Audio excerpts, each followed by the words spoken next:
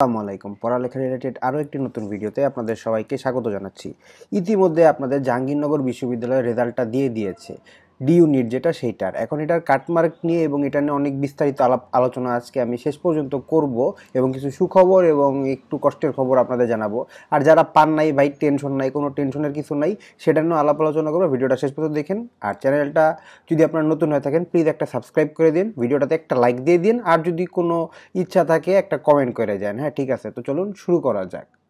তো এখানে আপনাদের জন্য আগে আমি সুখবরটা নিয়ে আসি। সেটা কি, জাহাঙ্গীরনগর বিশ্ববিদ্যালয়, দাঁড়ান একটা মিনিট, রেকর্ড হচ্ছে। হ্যাঁ, জাহাঙ্গীরনগর বিশ্ববিদ্যালয় কিন্তু এইবার তারা যেই কাজটা করছে, তারা কিন্তু ইউনিট ভিত্তিক তাদের এক্সাম নিয়েছে। ঠিক আছে, তো ইউনিট ভিত্তিক এক্সাম নেওয়াতে যে জিনিসটা হয়েছে কি, আপনাদের হইলো একটা চান্স পাওয়ার অনেক সম্ভাবনা রয়ে গেছে। আমি বললাম ভাই ইউনিট ভিত্তিক হতে তো পরীক্ষায় অনেক প্যারা হয়ে গেছে, কোন ইউনিটে কে দিছে, অনেক ঝামেলা, অনেক হ্যান ত্যান পার করে গেছি, যা গেছেন ওটা শেষ।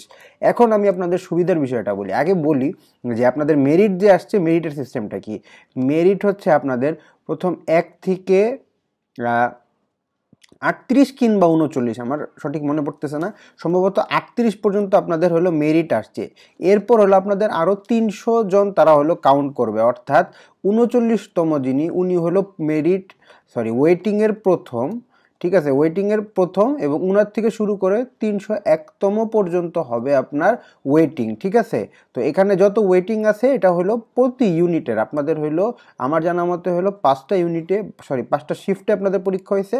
তো 5টা শিফট অনুযায়ী যে কয়টা শিফটে আপনাদের পরীক্ষা হোক, 5টা হতে পারে, 4টা হতে পারে, 3টা হতে পারে, আমার শিফটটা মনে পড়তেছে না।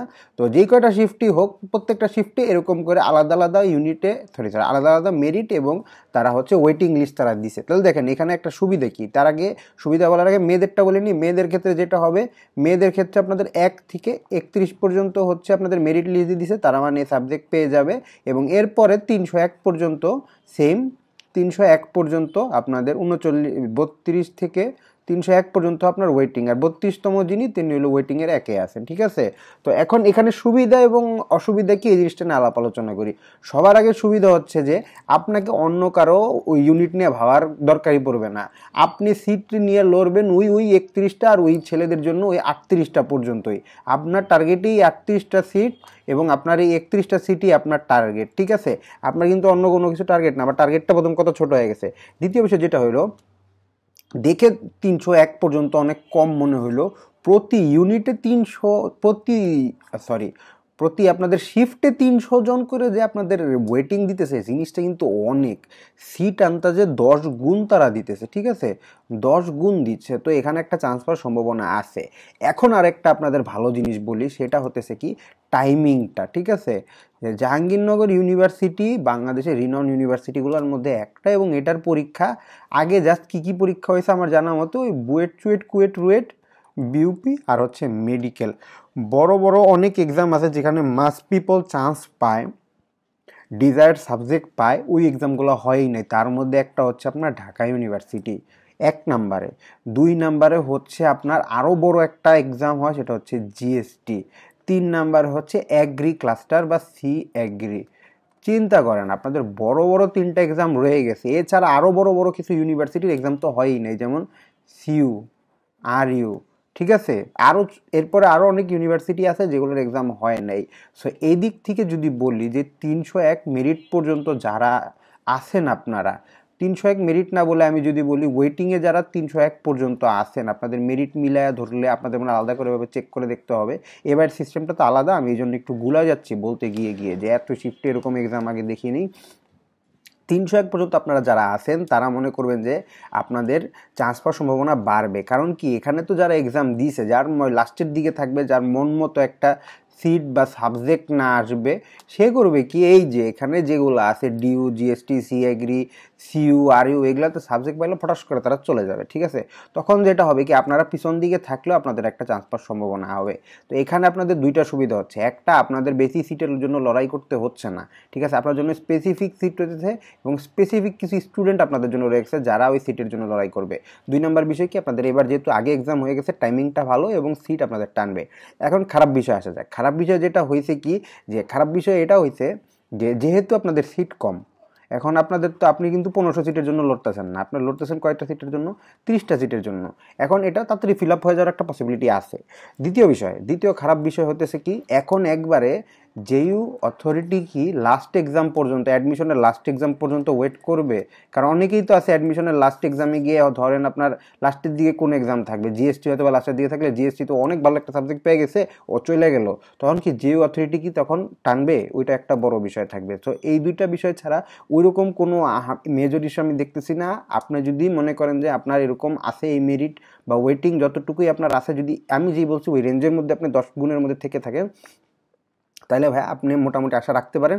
বাট খালি আশা রাখলেই হবে না, সেক্ষেত্রে আপনাকে যেটা করতে হবে, ভালোভাবে প্রিপারেশন নিতে হবে। এখন যারা চান্স পান নাই এবং প্রিপারেশন মনে করতেছেন একবারে ভালো না, তারা যে কাজটা করতে পারেন, আপনারা আমার সাথে স্টাডি করতে পারেন। সেটা আমি ফিজিক্স, কেমিস্ট্রি, ম্যাথ, বায়োলজি দেখাবো। এখন খালি তো আমি একাই তো চারটা দেখাতে পারবো না, সর্বা তো আমি হই না। আমি ফিজিক্সটা দেখাবো আর কেমিস্ট্রিটা দেখাই দিব, ঠিক আছে? এখন তারপরে আপনাদের ম্যাথের একজন নেবেন, সেটা হচ্ছে আপনাদের আইওটির একজন টিচার আপনাদের ম্যাথ নিয়ে দিবেন। তিনিও জিএসটিতে চান্স পেয়েছিল এবং এগ্রি নিয়েও এক্সপিরিয়েন্স আমাদের সবারই আছে।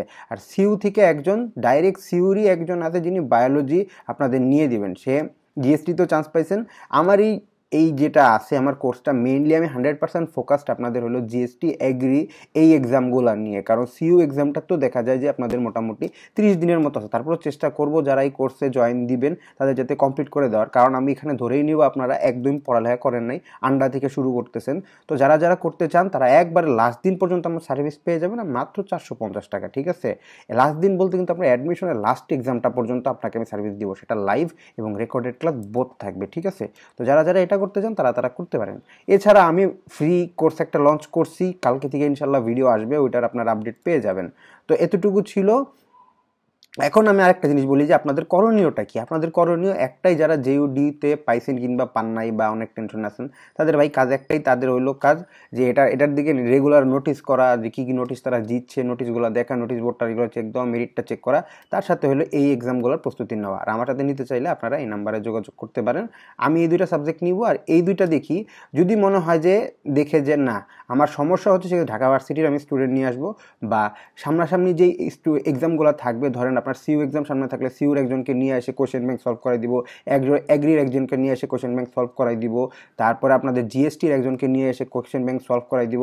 আর সেকেন্ড টাইমার যারা আছেন তাদের জন্য দরকার বলে সেকেন্ড টাইম দিয়ে চান্স পেয়েছেন এরকম একজনকে আমি নিয়ে আসবো, এরকম সাথে থাকবে। আর ফিক্স টিচার এই 4 জন তো আপনাদের থাকবে, ঠিক আছে?